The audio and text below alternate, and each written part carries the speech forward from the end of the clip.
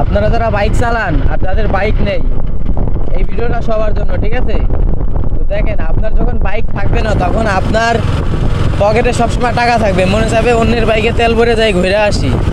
আবার আপনি যখন গাড়ি কিনবেন তখন দেখবেন যে আপনার গাড়ি আছে কিন্তু পকেটে টাকা নাই, তেল ভরবেন কেমনে? তখন দেখবেন গাড়ি থাকবে বাট টাকা থাকবে না, তেল ভরবেন কেমনে? যেমন আমার গাড়িতে, মিটারটা দেখায়, আমার গাড়িতে তেল নাই, আমার গাড়িতে কিন্তু এখন তেল নাই, পকেটে 1 টাকাও নাই, ঠিক আছে? বিষয়টা এই যে এমনই, আমার যখন গাড়ি ছিল না তখন আমি অন্যের বাইকে তেল ভরে ঘুরে বেড়াইতাম, বলতাম ভাই আপনার গাড়িতে তেল ভরে দেবেন, আমার একটু ঘুরে নিয়ে আসেন, ঘুরে আসতাম বাস। এখন গাড়ি কিনছি, এখন পকেটে কোনো টাকাই নাই, তেল ভরবো কেমনে? এটা কোনো কথা হইলো?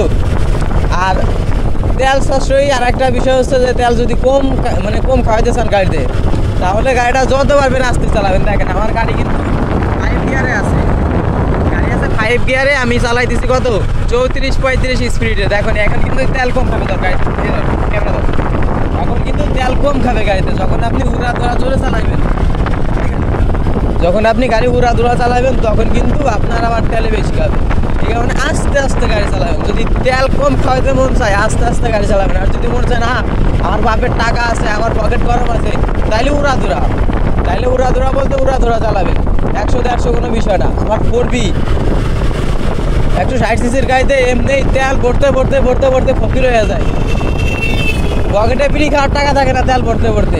কি কম লজ্জার কথা। বিষয়টা এমনই যে যখন গাড়ি ছিল তখন কিন্তু টাকা ছিল তেল ভরা, এখন গাড়ি আছে, এখন তেল ভরার টাকা নেই।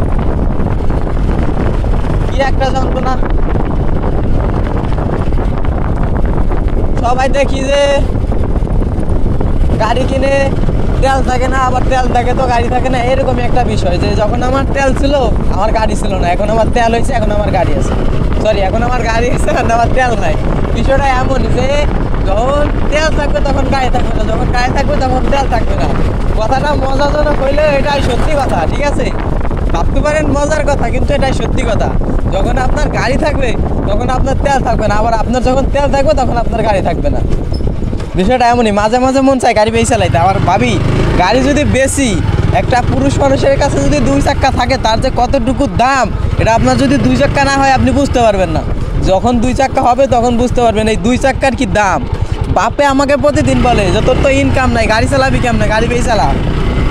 আগে ইনকাম ছিল হিউজ পরিমাণ, গাড়ি যখন কিনছি তার আগে কিন্তু হিউজ পরিমাণ ইনকাম ছিল। গাড়ি কেনার পর থেকে আমার এখন ইনকাম বন্ধ, অনলাইনে কাজ করতাম, এখন সেটা একেবারে বন্ধ।